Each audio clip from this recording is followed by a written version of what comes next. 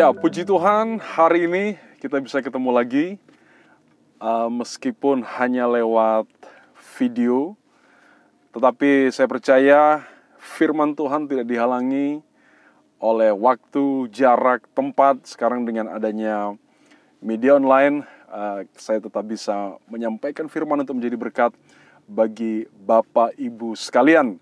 Seharusnya saya membawakan firman Tuhan, tetapi karena situasi yang sedang kita hadapi, maka hari ini saya rekam khotbah yang saya akan sampaikan sebenarnya, dan saya harap ini boleh menjadi berkat bagi semua jemaat yang dikasihi Tuhan, juga semua saudara-saudaraku, family, keluarga, dan juga di channel Terang Dalam Kegelapan yang mampir ke sini. Kiranya firman Tuhan yang saya sampaikan ini boleh menjadi berkat dan menjadi satu dorongan bagi kita, bahwa sebenarnya Tuhan Yesus mau selalu untuk bersekutu dan selalu mau untuk makan dengan kita. Nah, pada kesempatan ini kita akan merenungkan firman Tuhan dalam satu tema, yaitu tema yang mungkin cukup menarik. Ya, saya tidak tahu apakah sudah pernah mendengarnya. Makan dengan Tuhan Yesus. Ya, makan. Ya, bahasa Inggrisnya dining with Jesus. Makan dengan Tuhan Yesus. Nah, dalam tema ini kita akan belajar 3 prinsip yang kita harus pahami, kita ketahui, dan kita lakukan supaya kita bisa makan dengan Tuhan. Ya, apalagi di dalam saat-saat seperti ini terjadi karantina, ada lockdown yang mungkin akan kita alami sebentar lagi. Justru kesempatan inilah untuk kita bisa berdua dengan Tuhan, kita makan dengan Dia. Nah, sebelum kita akan lebih lanjut lagi dalam penyampaian firman ini, mari kita sama-sama berdoa. Bapa di surga, terima kasih untuk saat ini. Meskipun kami tidak langsung, hamba tidak langsung bertemu dengan semua jemaat, dengan semua saudara-saudara yang mendengarkan firman Tuhan ini, keluarga, teman, dan yang mampir dalam channel hamba Tuhan. Tapi hamba percaya ketika firman Tuhan disampaikan, ada kuasa yang bekerja. Dan biarlah Tuhan, hamba-Mu menjadi alat-Mu untuk menyampaikan isi hati-Mu. Apa kerinduan Bapa di sorga, apa kerinduan Tuhan Yesus dan pekerjaan Roh Kudus saat ini untuk menyadarkan umat Tuhan bahwa Tuhan sangat mau untuk bersekutu dengan kami, yaitu memakan dengan kami. Terima kasih Bapa di surga. Kami hamba menyerahkan untuk firman Tuhan akan hamba sampaikan, dan biarlah Engkau mengurapi hamba-Mu, dan biarlah semua kami yang mendengarnya, kami boleh diberkati, dikuatkan, dan mendorong kami untuk selalu mau ambil waktu berdua dengan Tuhan kami. Di dalam nama Yesus, hamba berdoa dan bersyukur. Amin. Ya, saudaraku, jemaat Tuhan, dan juga semua yang hadir atau yang mendengarkan secara lewat media masing-masing, juga di channel Terang Dalam Kegelapan. Kita akan membuka dari Wahyu 3 ayat 20. Ya, ini ayat yang saya kira cukup sering ya kita dengarkan. Kadang-kadang saudara melihat gambar ya, foto, dan ada ayat ini. Nah, kita akan baca Wahyu 3 ayat 20. Lihat, aku berdiri di muka pintu dan mengetok. Jikalau ada orang yang mendengar suaraku dan membukakan pintu, aku akan masuk mendapatkannya dan aku makan bersama-sama dengan dia dan ia bersama-sama dengan aku. Nah, aku di sini itu adalah Tuhan Yesus sendiri. Dan Tuhan Yesus menyebut dirinya sebagai firman dari Amin, saksi yang setia dan benar, permulaan dari ciptaan Allah. Jadi Tuhan Yesus menyebutkan dirinya, dia adalah Amin, saksi yang setia dan benar, dan permulaan dari ciptaan Allah. Nah, seperti saya katakan, ayat ini kita mungkin pernah baca, kita pernah dengar, dan ini biasanya orang mengira ayat ini adalah ayat bagaimana seorang pertama kali mengundang Yesus masuk dalam hatinya, menerima dia dalam hatinya menjadi Tuhan dan Juru Selamat, dan dia diselamatkan, beroleh hidup kekal. Tapi sebenarnya ayat ini tidak berbicara tentang kelahiran kembali atau awal mula seorang dia mengaku percaya kepada Yesus dan dia menerima Yesus dalam hatinya, kelahiran kembali dan sebagainya. Tidak. Karena apa?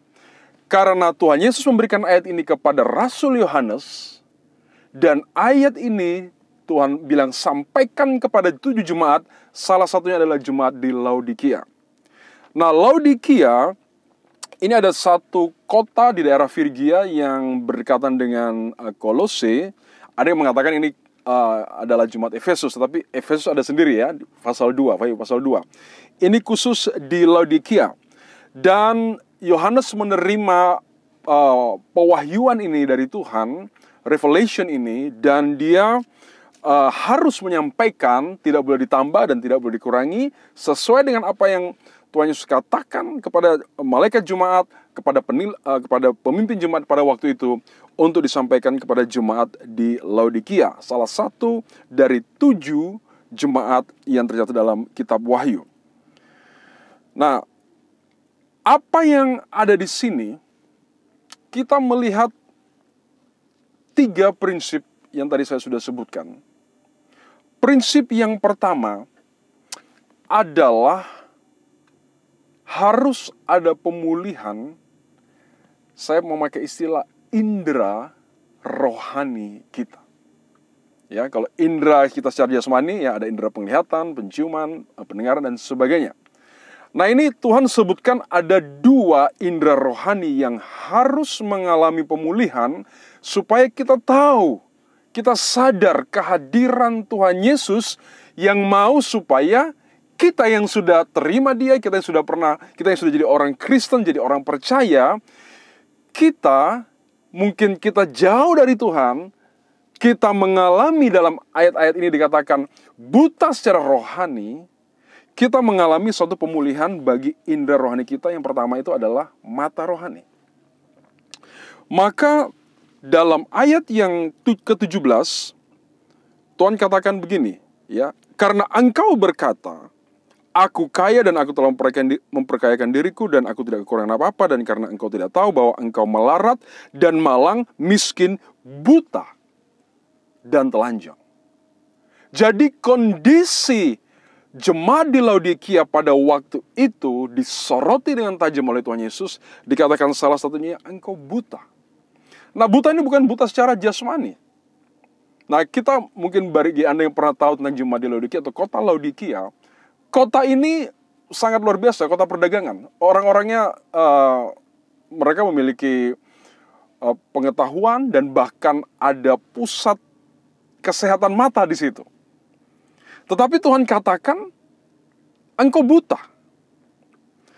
Karena mereka tidak menyadari kehadiran Tuhan yang sedang mengetuk hati mereka.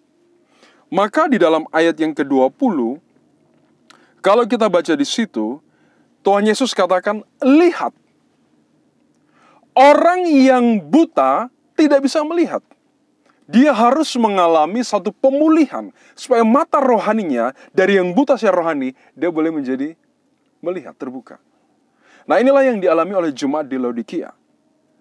Mereka mengira mereka kaya, tidak kekurangan apa-apa, tetapi sebenarnya mereka tidak tahu bahwa salah satunya mereka adalah buta. Maka Tuhan katakan, lihat, ya, behold, aku berdiri di muka pintu dan mengetok. Nah, ini orang atau jemaat di Laodikia, mereka tidak melihat Tuhan. Secara rohani mereka tidak sadar bahwa sebenarnya mereka tidak ada satu persekutuan dengan Tuhan. Maka Tuhan mengetok hati mereka. Tuhan mau untuk datang bersekutu dengan orang-orang ini, tetapi mereka buta. Mereka tidak menyadari bahwa mereka jauh dari Tuhan. Mereka tidak punya satu keintiman dengan Tuhan, keakraban dengan Tuhan. Nah, maka saudara-saudara, ini sesuatu yang cukup ironis ya. Secara jasmani mereka punya tabib-tabib, mereka punya pusat kesehatan mata, tetapi secara rohani Tuhan katakan mereka buta. Nah, maka Tuhan memakai istilah lihat, ya. Lihat. behold, ya. Kalau dari istilah bahasa aslinya, ini sering dipakai oleh baik Tuhan Yesus sendiri maupun para penulis Perjanjian Baru secara khusus, menunjukkan bahwa mereka mau menegaskan suatu statement, suatu pernyataan, bahwa itu sesungguh-sungguhnya benar-benar ada terjadi dan engkau lihat. Ya, jadi misalnya Yohanes Pembaptis katakan, lihatlah anak domba Allah yang menghapus dosa dunia. Maksudnya anak domba Allah itu sedang berjalan menuju kepada Yohanes, dan Yohanes katakan, lihatlah, dia ini, sesungguhnya dia inilah. Lalu kemudian pada waktu malaikat menyatakan diri kepada Sakaria bahwa dia akan melahirkan anak, Yohanes Pembaptis, Sakaria tidak percaya, maka dikatakan, behold, kamu akan menjadi bisu, ya, sampai anak itu lahir. Nah, kata lihatlah ini penting sekali. Karena Tuhan mau kita lihat dia. Kita sadar, ya, kita bisa melihat dengan mata rohani kita bahwa Tuhan sedang mengetuk hati kita. Nah, maka berulang kali dalam Perjanjian Baru, ya, dipakai istilah behold, ya, lihatlah. Ya, bisa diterjemahkan lihatlah, sesungguhnya, dan itu muncul sebanyak dalam kitab Wahyu saja dari 22 pasal itu muncul sebanyak 26 kali. Lihatlah. Maka Roh Kudus mau katakan kepada Yohanes, lihatlah. Dan Tuhan mau katakan juga para malaikat katakan kepada Yohanes, lihatlah. Apa yang sedang terjadi dan apa yang akan terjadi nanti. Di dalam Perjanjian Baru, istilah bahasa Yunani-nya muncul sebanyak 200 kali. Jadi kata lihatlah itu sangat penting. Maka kalau kita buta rohani, kita tidak bisa melihat seperti apa yang Tuhan mau. Mata jasmani kita sehat, mata jasmani kita bisa melihat, tapi mata rohani kita buta. Tuhan katakan buta. Nah, maka saudara-saudaraku, ini menjadi perenungan saya. Dalam kehidupan kita sehari-hari, seringkali kita tidak bisa melihat sesuatu peristiwa yang sedang terjadi itu secara rohani. Kita tidak menilainya secara rohani. Bukan manusia rohani yang menilai, tapi manusia duniawi kita yang menilai. Maka kalau kita lihat dalam contoh-contoh dalam Alkitab, ketika Yusuf pada waktu ayahnya sudah mati, dan saudara-saudara takut dia akan membalas, ya, karena Yusuf dulu dimasukin sumur, mau dibunuh, dijual. Lalu Yusuf katakan, secara manusia rohaninya, kalian mereka-reka yang jahat terhadap aku, tapi Allah mereka-rekanya menjadi kebaikan, supaya aku bisa menolong kalian, memenuhi kebutuhan kalian. Kalian jangan takut. Itu adalah orang yang mata rohaninya terbuka. Apa yang pernah dia alami, apa yang kejahatan yang pernah dia terima, yang dilakukan oleh orang lain, entah saudaranya atau siapapun, tapi dia melihatnya dari sudut pandang Allah. Dia tahu bahwa Allah melakukan kebaikan meskipun orang-orang yang di sekitarnya melakukan yang kejahatan. Lihatlah Raja Daud. Ya, dia bisa membunuh Saul, tetapi Raja Daud tidak lakukan. Karena apa? Karena Daud ini matanya terbuka. Matanya ini tidak buta. Dia tahu ini orang yang diurapi Tuhan. Mata rohani katakan ini orang yang diurapi Tuhan. Mata jasmaninya atau kedagingannya mengatakan bisa saja dibunuh. Tapi Daud tidak mau. Nah, maka saudara-saudara, satu peristiwa ketika Raja Daud dia melakukan dosa, dia membunuh Uria. Lalu anak itu lahir dengan Batsheba. Kemudian Tuhan menulai anak itu. Selama 7 hari Daud tidak mau makan, tidak mau mandi, dia berpuasa, dia menangis di hadapan Tuhan. Dia tidak mau diajak ngomong. Dan para pegawainya bilang, ketika anak itu mati akhirnya pada hari yang ke-7, lalu pegawainya bilang, wah nanti kalau kita kasih tahu, ini saja dia anak ini masih belum mati aja, Daud sudah begitu, apalagi kalau dia mati, jangan-jangan dia mencelakakan dirinya. Tapi kita lihat ya, Daud orang berdosa. Tapi di dalam doa dan puasanya itu, dalam pertobatannya, kalau kita baca dalam Mazmur ya, Daud dia akhirnya bisa melihat lagi dengan mata rohaninya.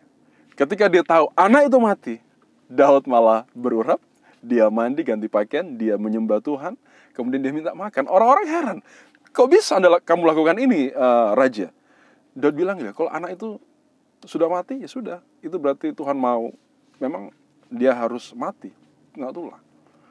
Dan cara pandang orang yang matanya terbuka secara rohani itu berbeda. Nah, saudara-saudara, saya memperhatikan dalam kehidupan kita, Kenapa banyak orang Kristen suka mengeluh? Kenapa banyak orang Kristen suka menyalahkan situasi lingkungan, menyalahkan orang lain, sebentar lagi dia menyalahkan Tuhan, dia ngomel, dia menggerutu, lalu terakhir dia menyalahkan dirinya sendiri. Karena apa? Karena buta. Mata rohani itu buta. Tuhan mau kamu lihat, tapi mata rohani buta. Maka dia melihatnya dengan cara manusiawi. Dia melihatnya dengan cara daging. Dia jengkel, dia marah, dia balas dendam, dan sebagainya. Menjadikan itu menjadi kacau. Nah, kita semua seperti itu. Tapi Tuhan mau prinsip yang pertama ini supaya mata rohani kita terbuka. Kita melihat segala sesuatu. Dan pada akhirnya kita tahu, meskipun peristiwa itu sulit, tidak enak bagi saya, tetapi saya mau melihat dengan cara Tuhan melihat. Tuhan buka mata rohani saya. Yang buta ini Tuhan bukakan, celikkan Tuhan. Supaya saya bisa melihat secara rohani. Nah, maka ciri-ciri orang yang buta rohani itu dia suka mengeluh. Saya harap kita bukan menjadi orang seperti itu. Kalau kita suka mengeluh, kita suka menyalahkan orang lain, kita suka menyalahkan Tuhan. Katakan Tuhan tidak adil, katakan Tuhan tidak mendengar doa, katakan Tuhan hal yang jahat. Saudaraku, itu tanda kita lagi buta. Karena Tuhan itu dia selalu mau supaya apa yang dilakukan kepada kita, ya nanti kita akan lihat, tujuannya itu untuk kebaikan kita. Dan orang yang suka menyalahkan orang lain, menyalahkan Tuhan, lama-lama dia menyalahkan dirinya sendiri. Terakhir dia bunuh diri. Orang yang bunuh diri itu dia buta secara rohani. Dia tidak bisa melihat keadaan dirinya dari cara pandang Tuhan. Dari sisi rohani. Karena apa? Buta. Maka prinsip yang pertama supaya kita bisa menikmati hubungan dengan Tuhan, makan dengan Tuhan itu apa? Indera penglihatan rohani kita harus terbuka, harus celik, harus bisa melihat dengan cara pandang rohani. Manusia rohani melihat dengan mata rohani yang terbuka. Kemudian dalam prinsip pemulihan indera rohani, setelah buta, Tuhan memakai istilah, atau saya memakai istilah, telinga rohani kita juga dibukakan oleh Tuhan. Nah, dalam ayat yang ke-21, ayat 20, dikatakan, lihat aku berdiri di muka pintu dan mengetok. Jikalau ada orang yang mendengar suaraku. Jadi ada ketokan Tuhan dan mendengar suara Tuhan. Mendengar ketukan suara Tuhan itu telinga. Maka kalau orang tulis secara rohani, dia tidak dengar ketukan Tuhan. Dia tidak dengar suara Tuhan. Maka dalam ayat 22 dikatakan, siapa bertelinga? Kita semua bertelinga, tapi telinga jasmani. Maksudnya adalah telinga rohani. Hendaklah yang mendengar apa yang dikatakan roh kepada jemaat-jemaat. Nah, maka saudara, pertanyaan saya, menurut Bapak, Ibu, saudara-saudaraku sekalian, ketukan Tuhan Yesus, suara Tuhan Yesus, itu dengan lembut atau dengan keras? Suaranya itu memanggil dengan lembut atau memanggil dengan suara yang keras? Banyak orang berpikir ayat ini mengatakan itu hanya sedang memanggil dengan lemah lembut. Manis lembut Tuhan Yesus memanggil. Mari datang kepadaku semua yang lesu dan beban berat, aku akan memberikan kelegaan dan sebagainya. Ada saatnya Tuhan memanggil kita dengan lembut. Roh Kudus mengetuk pintu hati kita dengan lemah lembut. Tapi saya mau katakan dalam Wahyu pasal 3 ayat 20 ini, kalau kita lihat konteksnya, ini ketokannya bukan ketokan lembut. Suaranya bukan suara lembut, ini suaranya suara keras. Ketokannya ketokan yang mendesak keluar. Harus dengar. Itu kita bisa lihat dari konteks dalam Wahyu pasal 3 ini. Maka kalau kita lihat dalam ayat yang ke-19, di situ dikatakan, barang siapa ku kasihi, ia ku tegur dan ku hajar. Ayat sebelumnya mengatakan bahwa Barang siapa yang Tuhan Yesus kasihi, Tuhan Yesus itu tegur dan Tuhan Yesus itu hajar. Maka kalau dihajar dan ditegur, itu berarti dengan keras. Nah, banyak orang Kristen, kita, ya pasti Tuhan itu lemah lembut, Dia baik, Dia mengampuni, Dia sabar, itu betul. Ya. Tapi juga Tuhan itu bisa menegur dengan keras. Tuhan itu bisa mengetok dan Tuhan itu bisa menghajar dengan keras. Nah, maka konteks dari ayat 20 ini itu suatu teguran dan hajaran Tuhan. Nah, tapi kita jangan lupa, Tuhan katakan, barang siapa ku kasihi. Nah, saudara-saudaraku, kalau kita lihat dalam Ibrani 12 ayat yang ke-6, dikatakan demikian. Ya, kita buka Ibrani pasal 12 ayat ke-6. Ayat ke-5, ya, 5 bagian B. Hai anakku, janganlah anggap enteng didikan Tuhan dan janganlah putus asa apabila engkau diperingatkannya. Karena Tuhan menghajar orang yang dikasihinya dan Ia menyesah orang yang diakuinya sebagai anak. Jikalau kamu harus menanggung ganjaran Allah memperlakukan kamu seperti anak, di manakah terdapat anak yang tidak dihajar oleh ayahnya? Tapi jikalau kamu bebas dari ganjaran yang harus diderita setiap orang, maka kamu bukanlah anak, tapi anak-anak gampang. Selanjutnya dari ayah kita yang sebenarnya kita beroleh ganjaran yang mereka kita hormati. Kalau demikian bukan kita harus lebih taat kepada Bapa segala roh supaya kita boleh hidup. Sebab mereka mendidik kita dalam waktu yang pendek sesuai dengan apa yang mereka anggap baik.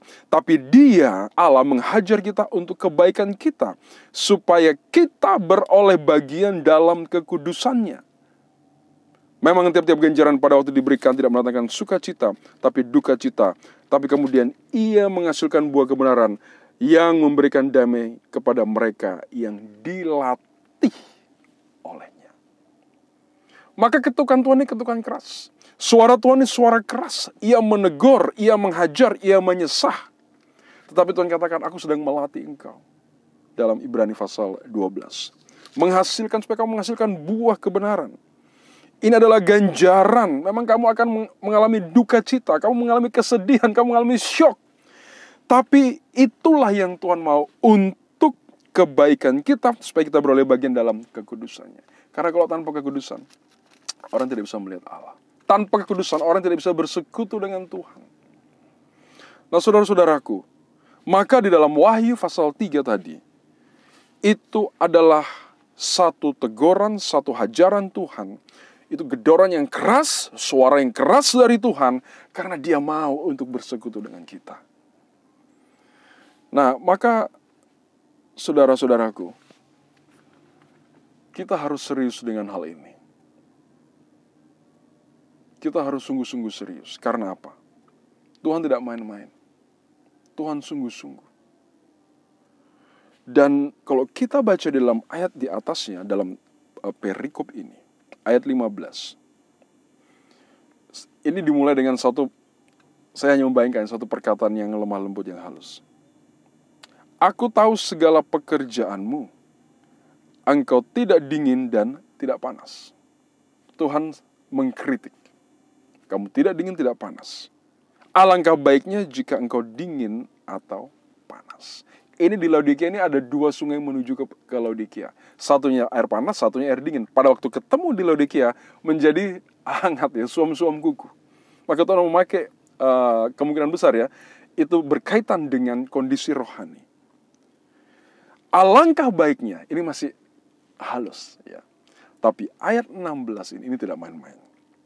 Jadi karena engkau suam-suam kuku dan tidak dingin atau panas, artinya penilaian Tuhan, engkau ini tidak dingin, tidak panas, engkau suam-suam kuku. Ini tegurannya sangat keras.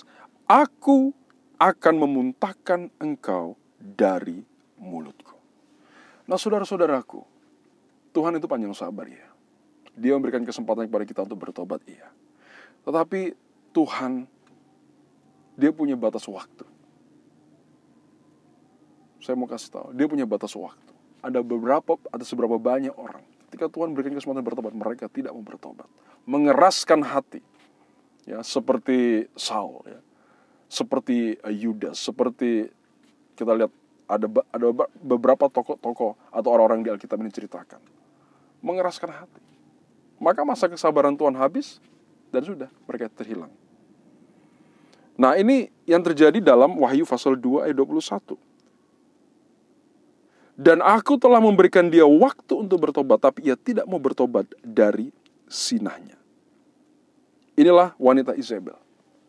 Nah, saudara-saudaraku, jangan kita baru bertobat setelah teguran Tuhan keras.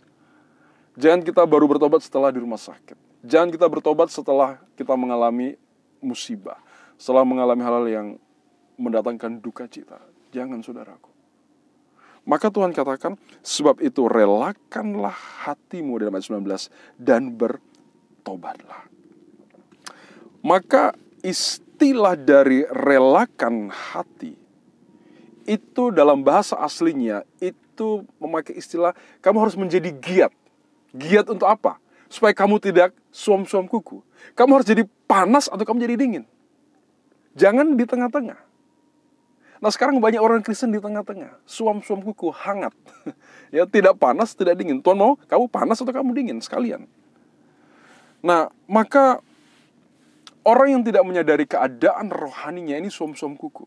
Atau orang yang menganggap dirinya oke-oke saja, tetapi dia tidak ada persekutuan dengan Tuhan, ini suam-suam kuku. Ke gereja hanya karena kewajiban. Ya, saya pikir kita pernah mengalami hal seperti itu. Saya juga demikian.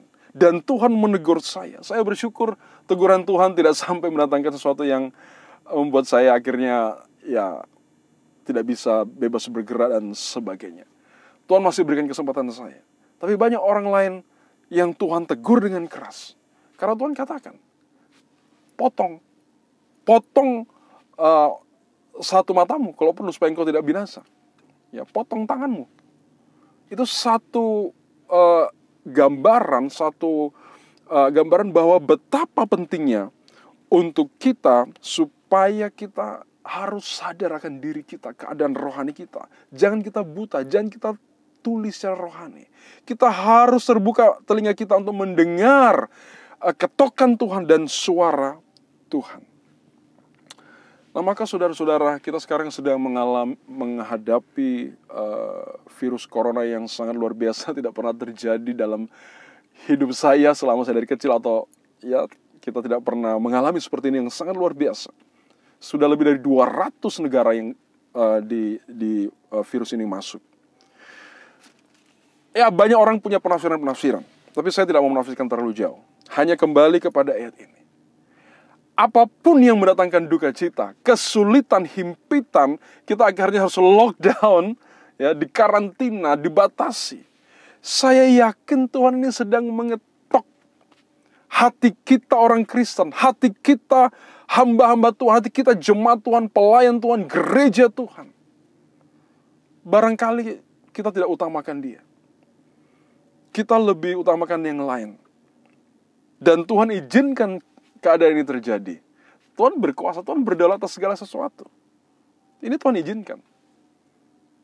Saya tidak mau melihat yang terlalu jauh, tapi saya hanya mau melihat Tuhan mau supaya mata rohani kita terbuka. Melihat apa maksud Tuhan dengan peristiwa ini. Telinga rohani kita terbuka. Mendengar apa maksud Tuhan dengan peristiwa yang luar biasa yang terjadi sekarang ini. Nah, maka saudara, kita harus sadar, kita harus relakan hati. Kita harus jadi panas, jadi dingin, jangan di tengah-tengah. Dan Tuhan katakan, relakanlah hatimu dan bertobatlah. Nah, maka saudara, Bapak Ibu jemaat, teman-temanku, semua juga yang mengunjungi channel ini, saya mau katakan, untuk mata rohani kita terbuka, untuk telinga rohani kita terbuka, itu adalah pertobatan. Bangsa ini memerlukan pertobatan. Saya tidak tahu dengan orang-orang lain yang di luar kekristenan, tetapi gereja harus bertobat. Hamba-hamba Tuhan harus bertobat. Jemaat Tuhan, pelayan Tuhan. Kita banyak melakukan hal yang menyedihkan, mendukakan Roh Kudus. Sekarang, ya macam-macam ya godaan yang ada di sekitar kita. Dan Tuhan mau supaya kita lihat dia. Kita dengar suaranya. Itulah domba. Mendengar suara gembala itu. Itu ciri-ciri dari domba. Nah, maka doa kita Bapak Ibu Saudara, supaya kita terbuka mata rohani kita dan telinga rohani kita boleh terbuka. Untuk kita mengalami pemulihan secara rohani. Kesempatan kita di rumah banyak dengan Tuhan. Dan yang Tuhan mau, prinsip yang kedua adalah buka dan membukakan pintu. Orang yang mata rohaninya terbuka, telinga rohaninya terbuka, maka dia akan, oh Tuhanku, aku sudah lama tidak bersekutu dengan Tuhanku. Aku mau buka pintu ini. Maka dikatakan dalam ayat 20, jika ada orang yang mendengarkan suaraku dan membukakan pintu. Nah, maka saya melihat dalam ayat ini, membuka pintu bagi Tuhan, itu artinya kita menutup pintu bagi yang lain. Maka pertobatan jadi syaratnya. Kita mungkin selama ini kita sedang bergaul atau sedang bersekutu atau makan dengan dosa, dengan kebiasaan buruk, dengan pornografi, dengan alkohol, dengan narkoba, dengan kemarahan. Kemarahan yang kita ajak ngobrol terus, kedagingan kita layani terus. Maka kita menjadi seperti orang yang, seperti siapa yang kita ajak ngobrol, yang kita bersekutu, kita berbicara banyak dengan dia. Maka sekarang banyak orang Kristen yang, ya saya mau katakan, hidupnya, perkataannya seperti yang di sinetron. Karena dia sering nonton sinetron, dia melayani sinetron. Seperti drama-drama Korea, karena dia sukanya nonton itu. Sekarang ini Tuhan lockdown melalui pemerintahan semuanya. Supaya kita, siapa yang mau kita layani, siapa yang mau kita jamu. Nah, maka prinsipnya yang kedua, pertobatan itu buktinya adalah, atau itu adalah dasar untuk kita membuka pintu hati kita bagi Tuhan. Kita sadar, kita rela, kita mau untuk sungguh-sungguh bertobat dan menjadi giat untuk menjadi panas atau dingin, tidak suam-suam kuku. Nah, maka saudara, apa yang terjadi saat ini? Pertanyaan adalah, siapa yang paling banyak kita jamu untuk datang, mampir di hati kita? Kalau orang yang bersekutu dengan setan, dengan roh-roh jahat, ya dia akan menjadi seperti setan. Kalau orang yang dengan teman-teman atau orang-orang yang mengeluarkan kata-kata negatif, dia akan menjadi negatif. Kita membaca berita yang negatif, ya kita akan menjadi seperti itu. Nah, ini menjadi suatu koreksi bagi kita. Maka mari kita bertobat. Buka ketukan Tuhan Yesus. Bertobat dari semua yang jahat, yang Tuhan tidak senang. Supaya kita, akhirnya kita membuka pintu hati. Dan saya meyakini, ketika kita membuka pintu bagi Tuhan, itu hati Tuhan pasti beda. Tadinya dia menegur dengan keras, dia mengetok dengan keras, tapi sekarang hatinya beda. Dan Tuhan katakan, anakku ini dia mendengarkan suaraku. Sekarang aku mau masuk, untuk aku mau datang sama dia. Maka prinsip yang ketiga, setelah prinsip yang pertama, pemulihan indera rohani kita. Yang kedua, respons kita adalah kita membuka pintu hati kita. Maka prinsip yang terakhir adalah kita makan dengan Tuhan Yesus. Kita menjamu Tuhan kita. Ya, ini mungkin sesuatu yang agak berbeda, tapi ini Tuhan berikan kepada saya. Pertanyaan Tuhan itu sering muncul, kamu sudah makan gak dengan aku? Kamu sudah jamu aku enggak? Ya, ini menjadi sesuatu yang saya bilang, Tuhan tolong saya Tuhan, supaya saya selalu melakukan itu, tiap-tiap waktu. Dan dikatakan dalam ayat yang ke-20, bagian B. Aku akan masuk mendapatkannya, dan aku makan bersama-sama dengan dia, dan ia bersama-sama dengan aku. Ini nadanya sudah beda. Waktu kita berespon, waktu kita bertobat, kita buka pintu bagi Tuhan, maka Tuhan akan masuk mendapatkan kita. Dan dikatakan, aku makan bersama-sama dengan dia dan ia bersama-sama dengan aku. Dining with Jesus. Ya, mungkin Anda bertanya, kok tidak pakai istilah bersekutu? Tapi Tuhan pakai istilah makan. Ya, dalam bahasa Yunaninya saya bandingkan dengan ayat-ayat lain, dan saya menyimpulkan makan bersama secara jasmani saja itu punya arti yang penting bagi Tuhan Yesus waktu dia melayani, waktu dia hidup, waktu dia di dunia. Ya. Maka ketika ada orang undang dia makan, dia datang. Yang undang itu orang Farisi, dia datang. Oh, pemungut cukai, Sakeus, dia datang. Sahabat-sahabatnya, ya, apalagi para muridnya. Dan Tuhan waktu orang-orang mengikuti dia untuk mendengarkan dia khotbah, Tuhan katakan berikan mereka makan kepada para muridnya. Kalau enggak nanti mereka pingsan di jalan.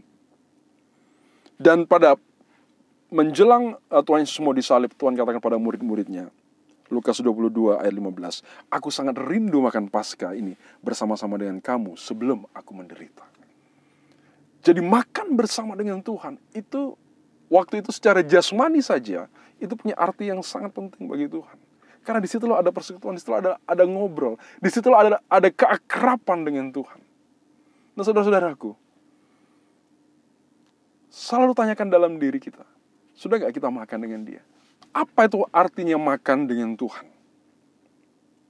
Itu maksudnya waktu khusus kita berdiam diri, kita tenang, kita berbicara dengan Tuhan dalam doa kita. Dan kita mendengarkan suara yang berbicara. Bisa lewat firman yang kita baca.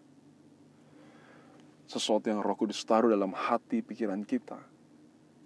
Atau bahkan kadang-kadang Tuhan dengan cara yang supranatural menyatakan suaranya kepada kita.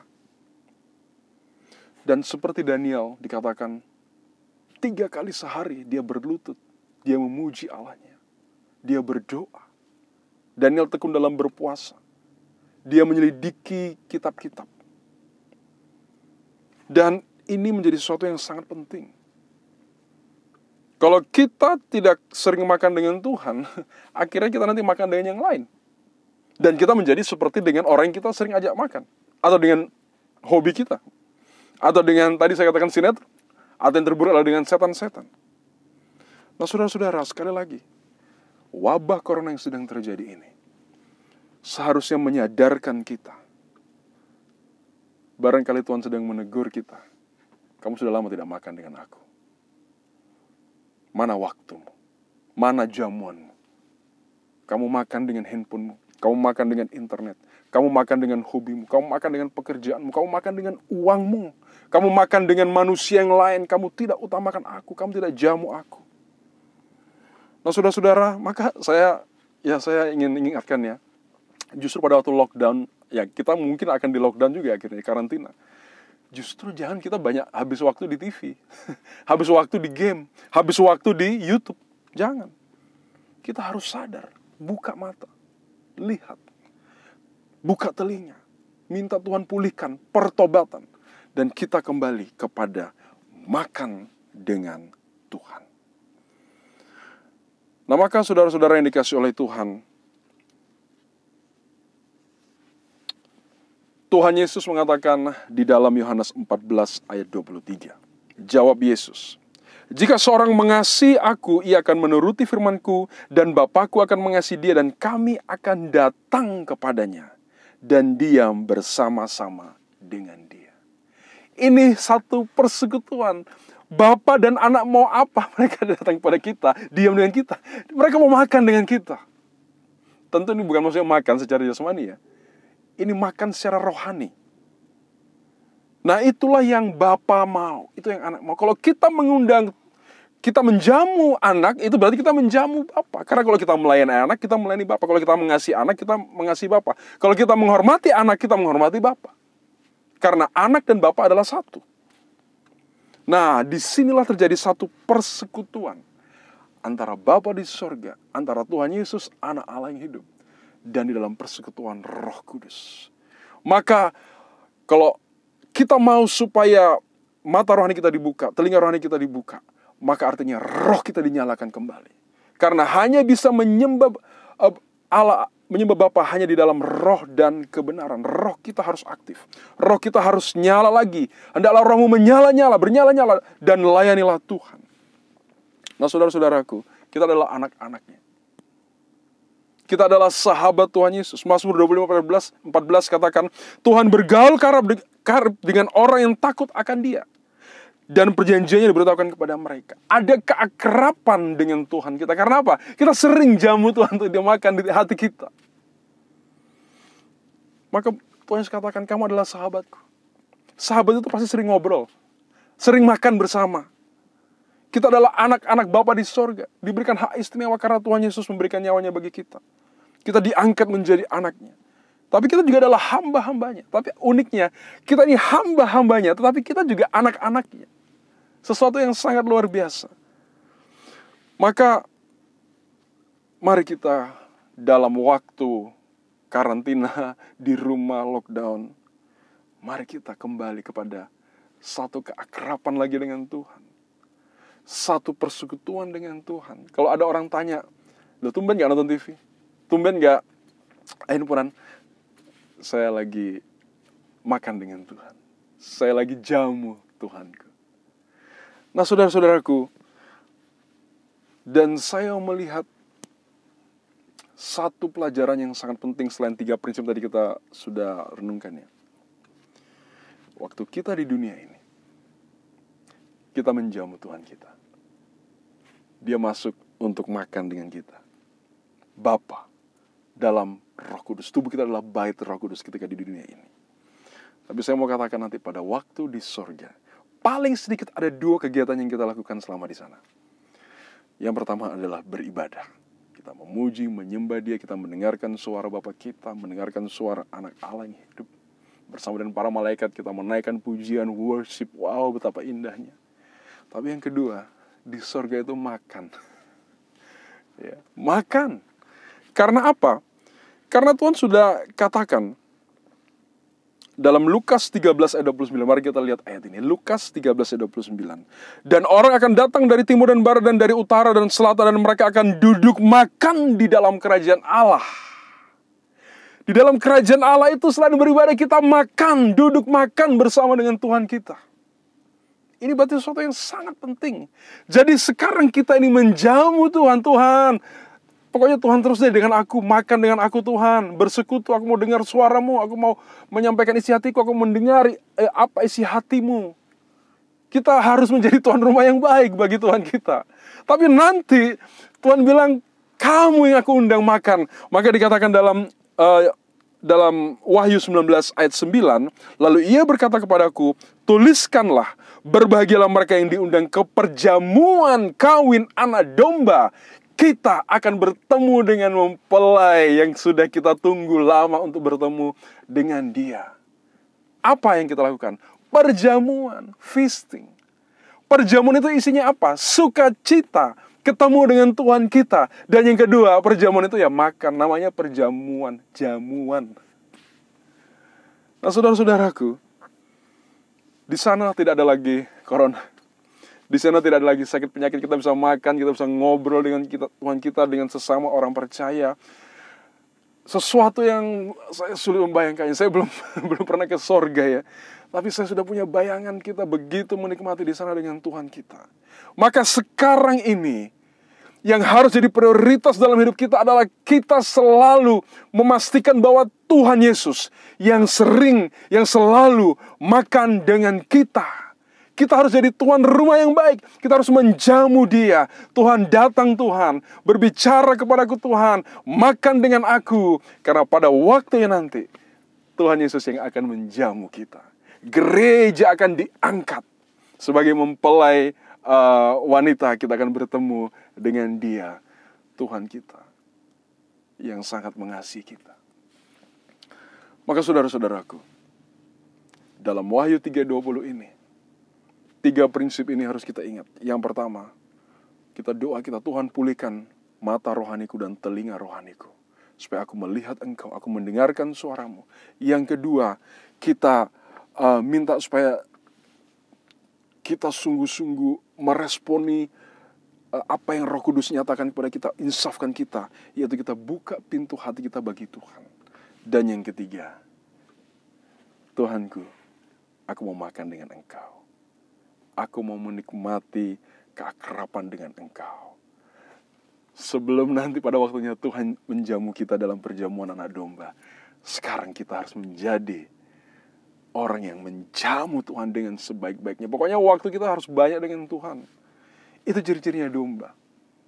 Maka saudara-saudaraku yang dikasih oleh Tuhan, pada waktu virus penyakit seperti ini, mari kita koreksi diri kita, supaya kita kembali kepada yang utama. Tuhan mau makan dengan Anda, Tuhan mau makan dengan saya.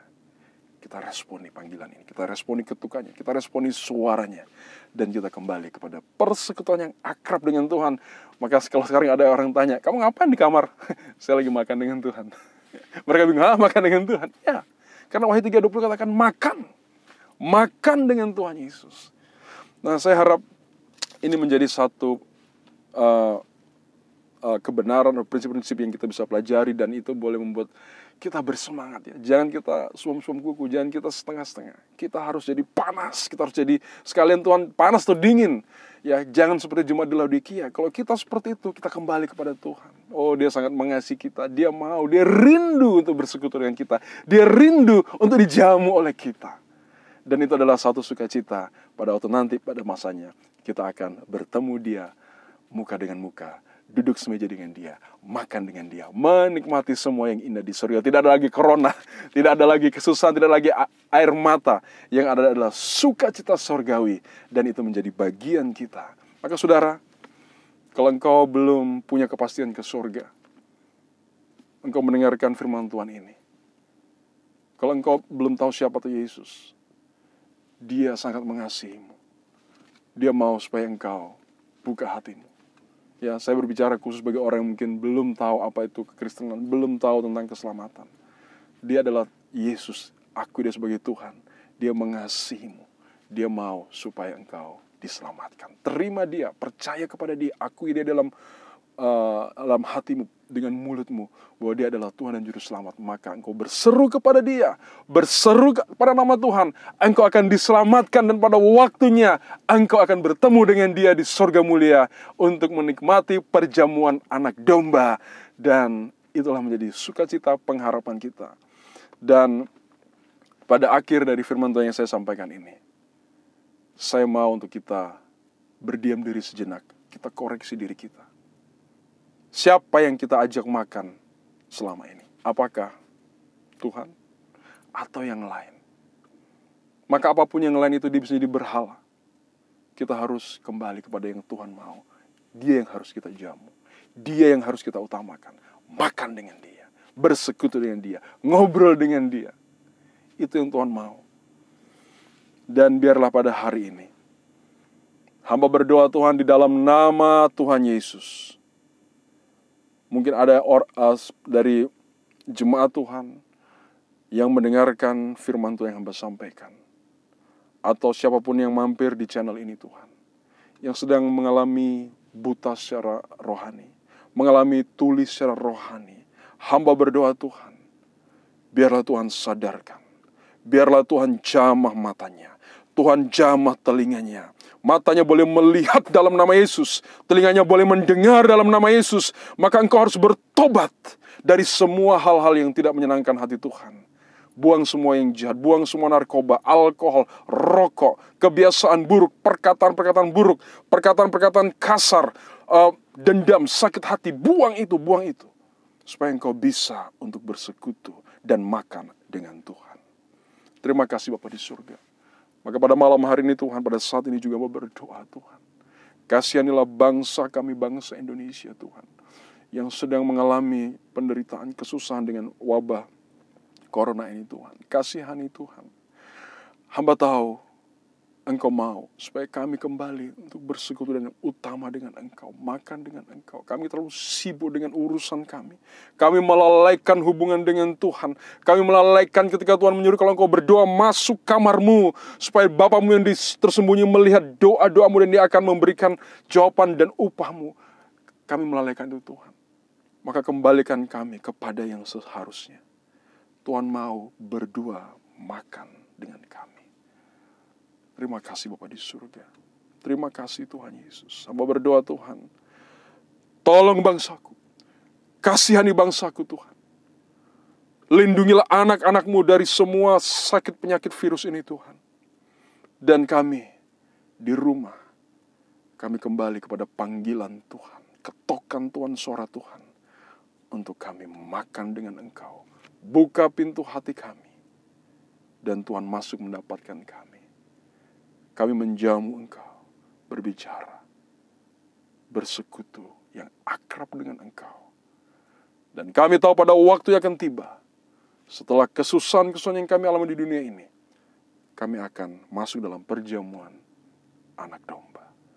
Terima kasih Bapa di surga, kasihani bangsa kami Tuhan, ampuni gerejamu, ampuni hamba-hambamu, ampuni jemaatmu, ampuni orang-orang yang menista Engkau, ampuni Tuhan kami Tuhan, ampuni kami semua, kasihanilah kami, pulihkanlah kami Tuhan, pulihkanlah Indonesia Tuhan, bahkan negara-negara lain kami berdoa, Tuhan tolong Tuhan, dan kami tahu Tuhan, Engkau mendengar seruan doa kami, dan yang kedua, kami tahu, Engkau menyatakan apa maksud-Mu bagi orang-orang yang akrab dengan Engkau, yang sering makan dengan Engkau, yang mengutamakan Engkau.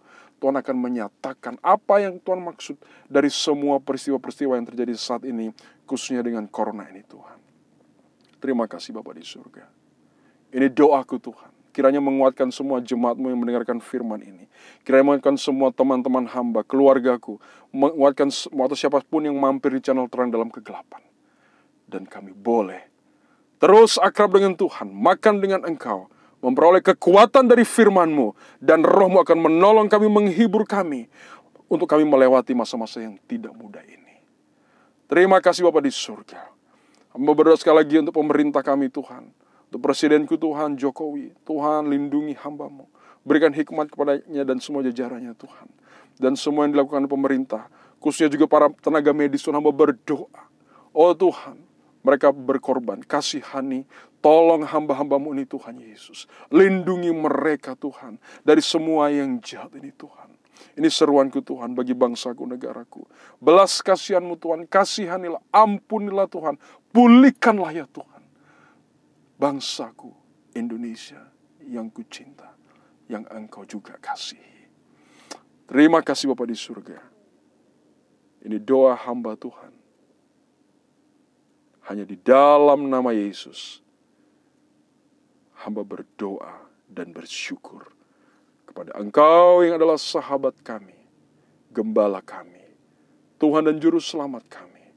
Dan pada waktunya kami akan bertemu dengan Engkau dalam sukacita surgawi yang sangat luar biasa. Di dalam nama Yesus, hamba berdoa. Amin. Ya, puji Tuhan, saudaraku, jemaat Tuhan, family, friends, rekan-rekan pelayanan, hamba Tuhan, ya, dan siapapun yang mampir di channel Terang Dalam Kegelapan, kita sedang menanti, ya, Tuhan akan datang pada kali yang kedua. Ini bagi saya secara pribadi, saya merasa corona ini baru permulaan, ya. Akan terjadi yang lebih ngeri lagi daripada yang ini menjelang kedatangan Tuhan. Tapi justru disinilah Tuhan ingin menunjukkan bahwa Dia berdaulat, Dia berkuasa atas segala sesuatu. Kita berlindung dalam kuasanya, dalam darahnya itu, biar selalu kita boleh setiap hari bersama dengan Tuhan. Dan kita tetap sehat, kita tetap aman, kita juga berdisiplin, ya, dan kita selalu bersekutu, akrab, dan makan dengan Tuhan kita. Kiranya Tuhan menguatkan kita semua. Kiranya Tuhan memberkati kita semua. Selamat hari Minggu dan Maranatha. Amin.